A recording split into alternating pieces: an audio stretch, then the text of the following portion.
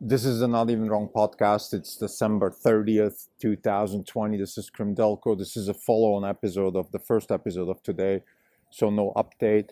I want to talk about a couple of experiences of this year. What is the most surprising thing?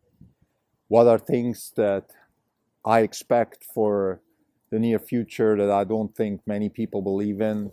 What are things that I'm disappointed about? What are things that I'm happy about? So those kind of questions I'd like to discuss. So let's start with the biggest surprise. What is the biggest surprise of this year? In my view, my biggest surprise is the extreme bifurcation of life through the COVID crisis. And for us in our universe, what matters most is business. So we've seen basically the stronger get stronger, the weaker get weaker.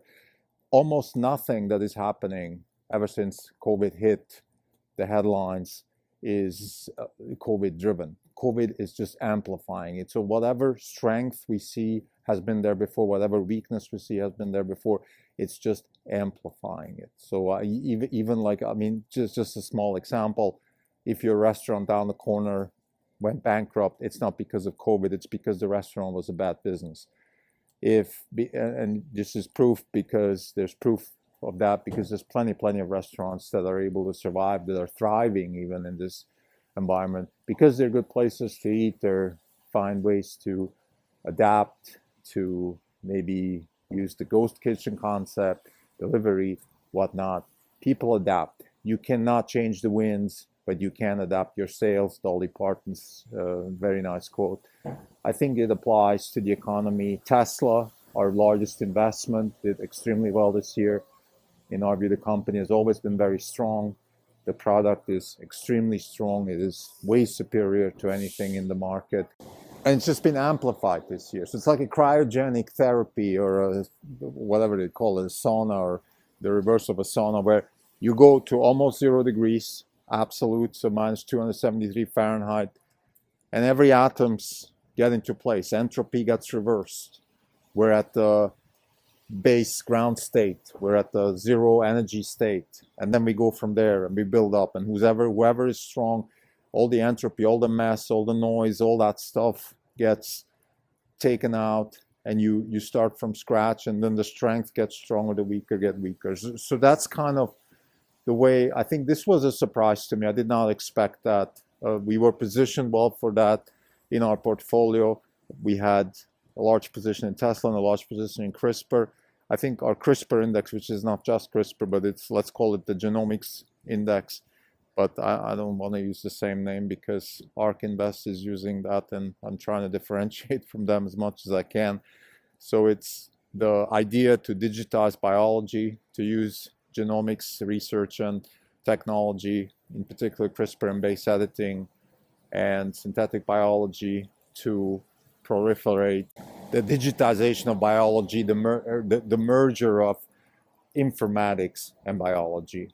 So we were well positioned for that, and I think this trend is continuing. And this is the segue into my next segment. What is it that I expect for the near future that I think most people don't see or don't expect? I think that the synthetic biology and the genomics evolution is going to accelerate, that we're going to see dramatic advances in biology and informatics and machine learning applications to biology, and that we will see a disruption of the healthcare, the medical, and the agricultural sectors through that. What are things that I think are way overrated? I think the massive overrated thing is the vaccine thing, and I'm very uncomfortable with the vaccine situation. In a nutshell, what I'm talking about is that there were two ways to solve this COVID situation. One way is the one we chose, the other way is the one we should have chosen. The one we chose is we locked down everything and we bet on a few supposedly miraculous scientific breakthroughs. And those breakthroughs came through Moderna and BioNTech, or the mRNA technology that produced the vaccines that we have now. In my view, those vaccines will not work. They will have lots of setbacks. They will create more problems than they solve, bad problems, not good problems. They're not building an innovation stack the way I'd like to see it. Although I do have respect for the technology, I think the technology is interesting, and we spoke about this in some of our previous episodes, that Moderna actually almost fit into our portfolio, but we still don't trust the company. The company is not trustworthy. The narratives, the emotional behavior, the signaling that I'm getting, the feeling that I'm getting from the CEO, and the relationship between Moderna and people around Dr. Fauci and Fauci himself pushing the vaccine and neglecting the solution that I think should have been the solution from the get-go, which is rapid low-cost testing combined with some sort of information about who has it and who doesn't have it. So we stop the spreading not by locking everybody down, but by making sure we have the right, first of all, information of where is the spreading and why is it spreading. Where is it spreading, who has it, who doesn't, and then from there we start building explanations for why it's spreading, and then we start attacking the virus through intelligence and explanations instead of this Havruk method of locking everything down and waiting for the miraculous solution through mRNA. So I don't believe that this is the right thing. I think I'm not alone here, but I believe the most overrated thing is this belief in a miraculous scientific solution to the COVID problem. I just simply don't think that's going to work. So again, to summarize, the biggest hope we have, or the biggest expectations for the coming quarters, is that our genomics portfolio, the application of gene technology and genomics in medicine, healthcare, and food sciences will start delivering a lot more business results. So we will see not just stock prices go up, but also businesses and money being made, and M&A and real money flowing. We believe that the one-shot solution through vaccines is not the right way to go. We are big proponents of low-cost testing. I think low-cost testing will be a disruptive method to attack. Low-cost rapid testing will be a low-cost method to attack this virus and find real good solutions to deal with this virus. We have a few other questions that I think we should be answering. One is the macro situation, what is happening on the macro side. We don't think that the U.S. election has a big impact, so that is not necessarily a big,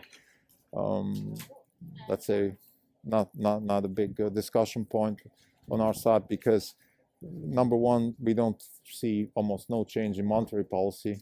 It can't get much better than this for the market, so we believe it's going to stay like this. Fiscal policy, yeah, it's going to be some cuts here, some expansion there, also not necessarily different. China policy, I think it's going to harden, so we see risk on the China front, definitely hardening. Although I think that the Chinese situation as a whole, to me, is actually healthy. It is, for example, the attack against Alibaba, in our view, is a good thing. I think Alibaba is not a clean company, and it is good that the Chinese are, whatever the reason is, they're going after them.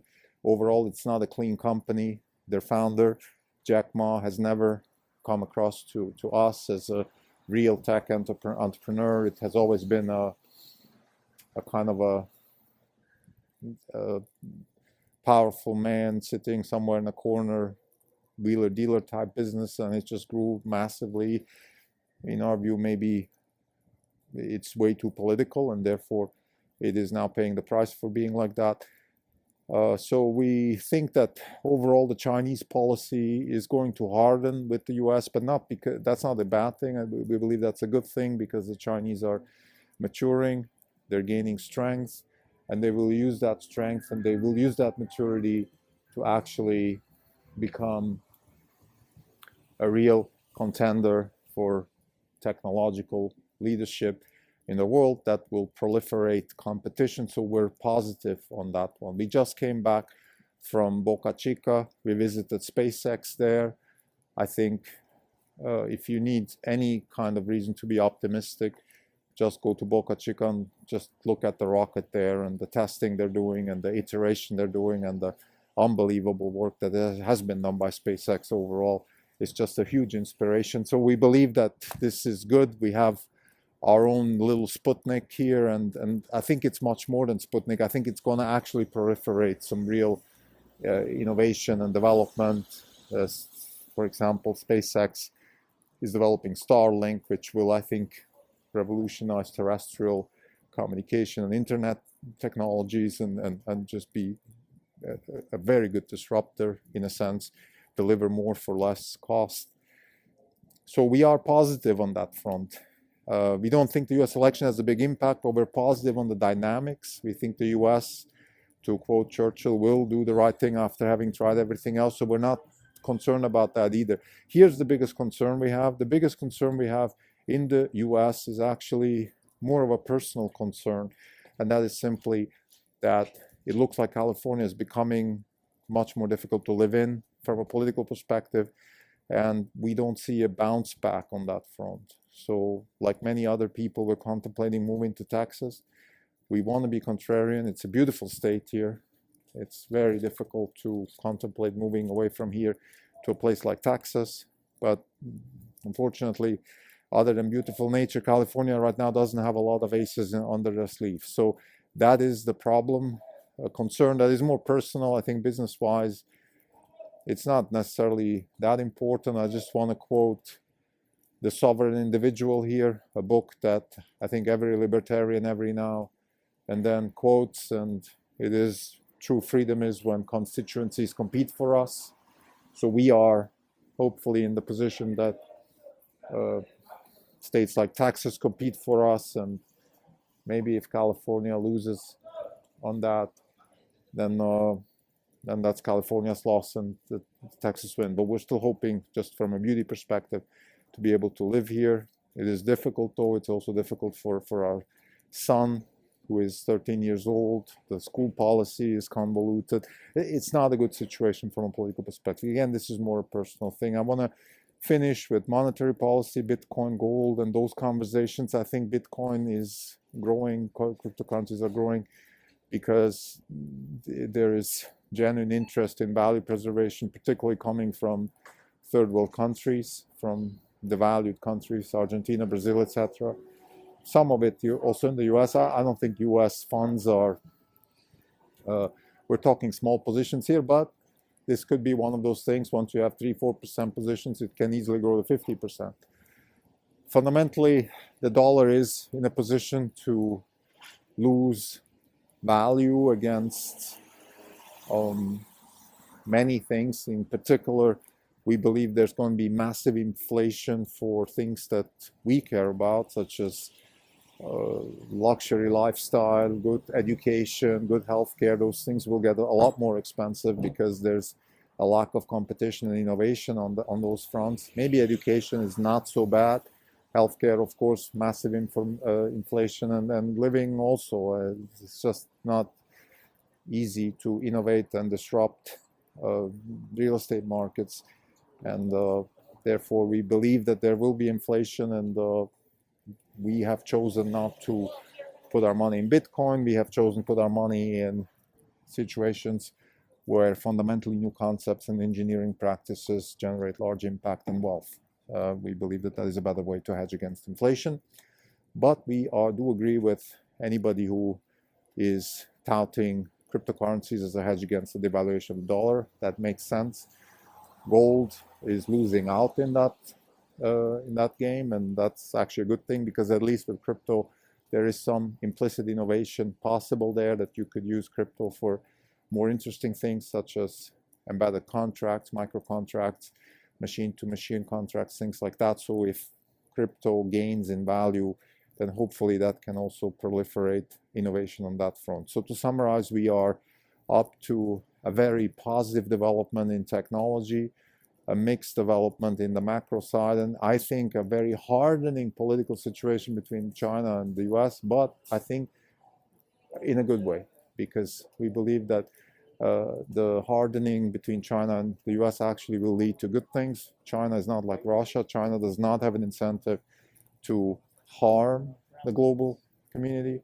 China's incentive is to play a bigger, important role in the global community. So as opposed to Russia, that has nothing to lose because they don't play any role. The only way the Russians can play a role in the global community is by creating havoc, by starting wars, uh, creating violence, etc.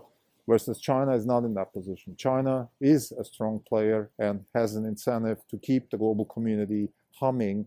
However, China wants to play a bigger role, which is good. That will generate competition between the US and China. So the two things that we believe in that we don't think many people believe in. One is that we will see a much, much larger impact of genomics. And second, the China-US hardening is actually good for technology and for business. Thanks.